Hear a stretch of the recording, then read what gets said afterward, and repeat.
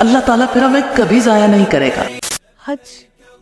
کب شروع ہوا، اس کی تاریخ کیا ہے، یہ کیسا عمل؟ انسان کو کتنا نفع دیتی ہیں یادیں، اور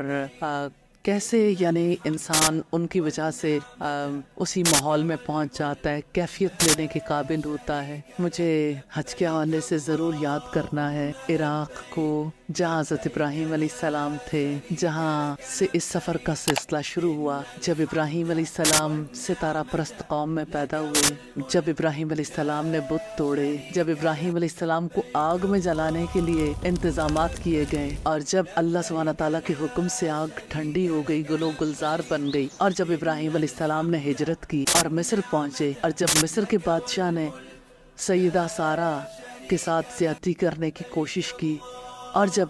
مصر کے بادشاہ کو اللہ سبحانہ تعالیٰ کی طرف سے یہ پتہ چلا کہ یہ خاص عورت ہے اور یہی دعا کرے گی تو میں اس تکلیف سے نجات پاؤں گا جس میں مبتلا ہو گیا، اور جب اس نے سیدہ سارہ کو رخصت کیا اور ساتھ میں ایک شہزادی کو اور بہت سارے مال کو گفٹ کے طور پر دیا، پھر وہ لڑکی جو سیدہ سارہ کے ساتھ مصر میں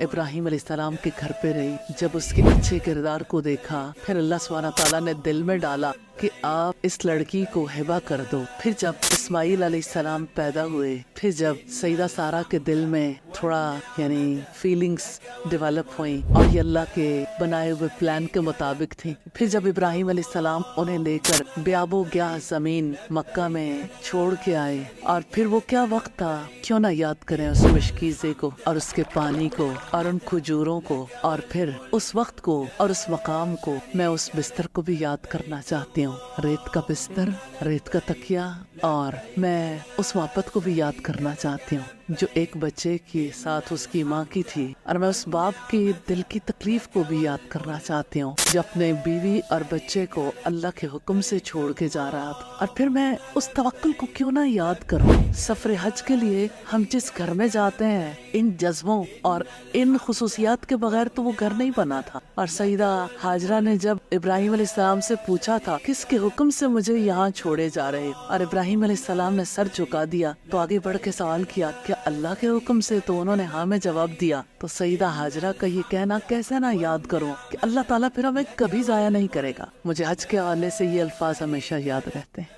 اس سرزمین پر بھی جانے سے پہلے بھی جا کے، کہ اللہ ہمیں کبھی ضائع نہیں کرے۔